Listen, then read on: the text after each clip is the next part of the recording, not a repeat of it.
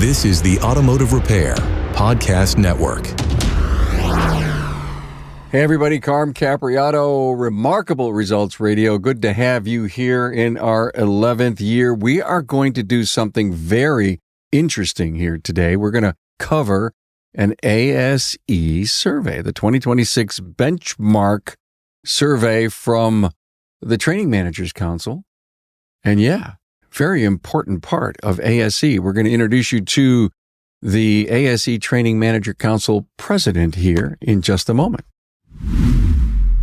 Hey, when customers choose a NAPA Auto Care Center, they get more than a repair. They get trust, savings, and peace of mind. Want your shop to stand out? Connect with your local NAPA representative and get the conversation started to become a NAPA Auto Care Center.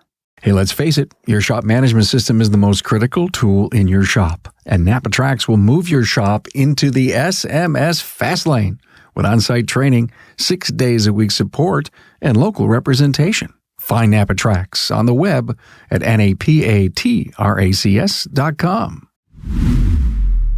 Hey, if you've not gotten our app, please do me a favor. We have a brand new URL for you, arpn.app. All in one place. Some really cool stuff all about our app. It's for your smartphone. Save your favorites. Share cool episodes with your friends. We sure really appreciate all of you that have downloaded the app and are having fun with it and educating yourself. I've got, as I said, the president of the ASE Training Managers Council and the VP of Credential Testing Programs, Matt Shepanek. Good to have you here. The ASE Training Managers Council, an important thing. I remember attending some of the sessions you guys have at Apex a few years back. It's so cool to see all the trainers involved in moving our industry forward. And you do a survey every year. We do. Before I jump into that, though, can I just talk a little bit about the ATMC? So the ATMC started back in 1984. So it's been around for over 40 years. And it was really started to kind of promote the advancement of training and professional development in the automotive industry. Actually, I became a member probably back in 2005 or so. I was a new training manager at an OE. My boss at the time had asked me to go down the street. I was in Michigan at the time. At the time, it was Daimler Chrysler, to their training center. And I walked into this room and I didn't know a single person in there. But by the end of the day, I had 30 new best friends that were all training managers from different OEs, across the industry. And it was super helpful to me because they would share information. If I had an issue with something, I could pick up the phone. I could call one of these guys. So it was a fantastic organization. I feel honored to be leading this organization right now. But as you mentioned, one of the things that we do provide for our members, and actually just to the industry, because we don't charge for this, our benchmark survey that we're going to go over today, it's all available on our website. At the end of this, we can talk a little bit about where you can find that as well. That would be great. And we have the survey up on the screen. Let us bring it up and show you. And I have it, and I printed it, and I went through it, and I took notes, and I was kind of mesmerized, Matt, by some of the results. And what I would like to say to our independent, because the majority of my listening audience is the independents, please pay attention to this. We talk about training and education all the time, and I think there's some results of how well we're doing in the industry to solve education, learning curve problems, knowledge transfer. And so thank you for coming on and doing this. We cannot go through every slide. So what Matt is going to do is take some featured highlight slides and go over them with you. Let's start, my friend. Yeah, as Carm said, we don't have time to go through every slide, but you'll be able to download this from the website. So I'm just going to go through some key highlights here. The first one I wanted to just show everybody is, we track participation by every year of the survey. And this one's kind of interesting because you look and you can see back in, 2020, 2021, the participation went way up. If you remember, this was during the pandemic. And so I always figured, well, there was a lot of people kind of sitting around stuck at the house or whatever, and people were taking surveys. And you could see once that ended, survey participation went down quite a bit.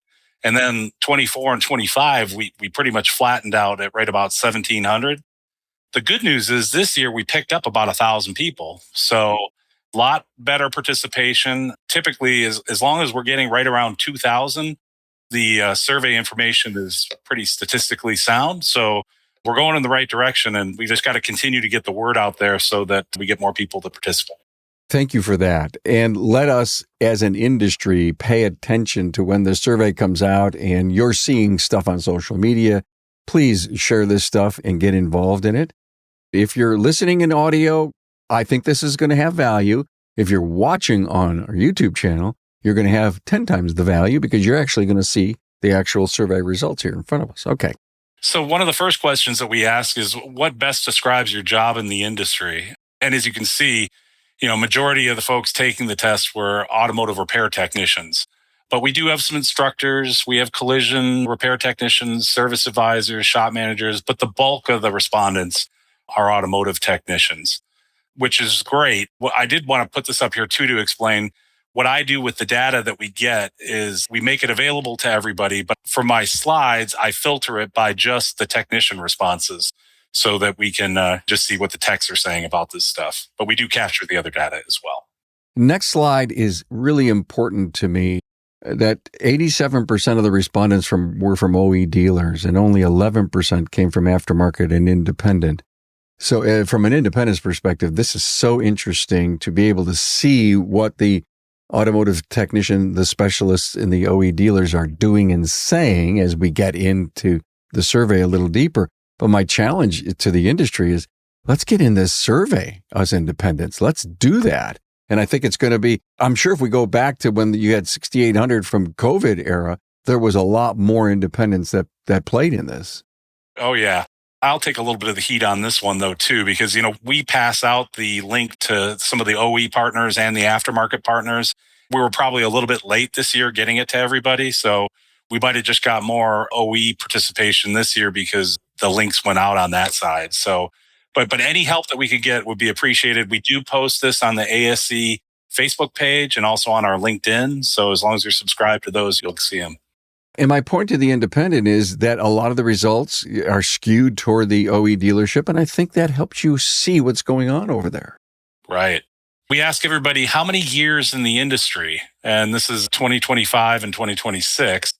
You can see that here at the top, people with 30 or more years, there was, about a 6% drop this year. So people are, they're retiring, they're aging out of the industry. So they're moving on. But you can kind of see year over year, most of the indicators are kind of flat. But this kind of gives you an idea of the age groups of the folks taking the survey. Carm and I were talking before the broadcast here, and we thought this would be a good one to cover. So, who pays for training? And we asked this question, and then we filter it out by fleet respondents, by aftermarket and independent respondents, and then OE. And then the green indicators are shared costs. So that's the technician and the shop owner or dealer paying for it. The employee is in red on all three of these, and then the employer is in blue. Hey, think about your customer's journey. How do they find you, trust you, and continue to come back? With the NAPA Auto Care program, you can deliver that positive experience every step of the way. It starts with visibility. Customers can find your shop through the NAPA online locator at no cost to you. And thanks to fully integrated national marketing campaigns, NAPA Auto Care shops are showcased as part of America's largest network of parts and care. Whether they're driving by to see your co-branded NAPA Auto Care sign or they hear about you through national advertising, the NAPA name, trusted by over 95% of the motoring public, builds instant confidence. Inside your shop, that trust grows. Using digital vehicle inspection and NAPA Service Assistant, you can clearly show customers what's wrong with their vehicle through pictures and videos. SmartSign creates an engaging waiting experience, while exclusive consumer offers help save them on services. And when your shop becomes gold certified, customers know they'll receive a consistent top-level experience every time. Customers also gain peace of mind knowing your technicians are ASE certified, trained by NAPA Autotech, and backed by the NAPA Auto Care nationwide peace of mind warranty. For an unexpected repair expense, the NAPA credit card helps them get back on the road. And when the repair is complete, their satisfaction is captured through the NAPA CSI survey, turning great service into long-term loyalty. Hey, you want to create this customer journey? Only one way. Connect with your local NAPA representative and get started.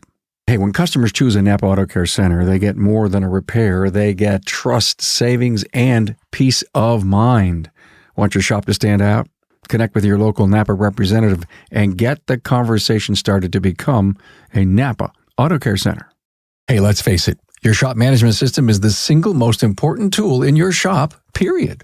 NAPA Trax has made selecting the right shop management system easy by offering the industry's best, most comprehensive SMS. Now, it all starts when a local representative meets with you to learn about your business and how you need to run it. After all, it's your shop, so it's your choice, and having local representation is a huge plus. Customizing Trax to your business, whether you're a one-person shop or a large multi-bay or multi-location company, a representative consults with you to help optimize your shop's workflow, efficiency, and profitability. Trax always has the flexibility to do business how you need to do it, which means it can also grow as your business grows. And unlike the other guys, will be there for you after installation with the best training and support in the business. Yes, a learning management system tailored to each role in your company. Simply put, Trax was designed and built for shop owners just like you. Visit us on the web at NAPA Trax. That's NAPATRACS.com. Thank you for the independents. 56% or more are paying for training. That's a good thing. And we got to get that up. We really do. If you look at and again, I'm not saying that the dealer's your competitor, but in this space of automotive repair, the dealers are paying it 85% of the time. It just seems logical to me. You can't argue with that number. That's what they're there for. They want to keep their people as current as possible. But I think we as independents need to do a better job of it. And technicians want the training. For the most part, they want to go to training. It's a thing that helps with retention as well. By giving them access to the training and not making them pay for it out of their pocket. I think that's the thing that can really help with that. Great question. So we ask a question, do you have access to the training you need? And we've been tracking this over the last 4 or 5 years. As you can see, it's been pretty flat between 2022 and 2025. It's always been about 60% saying, yeah, they have access to it. And, about 40% saying no. But this year we saw a jump up of about 10% with people saying they have, good access to the training that they're trying to get. So I thought this was one that was important to point out. Showing we're going in the right direction as an industry. Right. We asked them a question on top reasons for lack of access to training. And, the number one thing with about 53% of them saying the right topics are not available. We have a slide here and a couple that we'll cover, and it actually asks them what topics they're looking for. So that's a wow to me. When I looked this thing, I wrote wow next to the 53%. The right topics are not available. And I think we have to stop and ask ourselves a question. Well, where are we coming up with the topics? Why are the topics being offered? And I guess when we put one out for anyone, we have to ask ourselves the question, is this a right topic for our industry at this current time? So I think it's a great question and a great result here that I think we need to think through. Okay, this is always an interesting one. So we ask a question on training methods. So what types of training are they getting? And so you can see we break it up by classroom, instructor-led, lab, hands-on. These kind of overlap because, a lot of instructor-led training is a little bit in the classroom and a little bit in the shop. But then we have a question around virtual, coaching and mentoring, video, self-paced e-learning. So we kind of go through, all the different methods of training. And then on the next slide, we look at what they're getting versus what they want. This slide's a little cut off, when the comparison, the overlap.